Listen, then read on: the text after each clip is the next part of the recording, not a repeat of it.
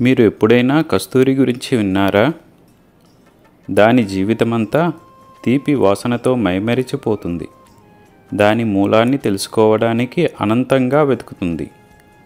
మూలం స్వయంగా తానే ఆ మధురమైన సువాసనలను వెదజల్లుతుందని అది గ్రహించదు. అట్లనే మీరు కూడా శాశ్వతమైన ఆనందానికి మూలం మీరే అయినప్పుడు ఏదో ఒక విషయానికి లేదా మరొక దానికోసం వెతకడం, ఒకచోటి నుండి ఇంకో చోటికి పరిగెత్తడం మరియు శాశ్వతమైన ఆనందం యొక్క మూలాన్ని కనుగొనడానికి ప్రయత్నిస్తున్నారు. మంచి వృత్తి, ఇల్లు లేదా ఆరోగ్యము అవి కాదు.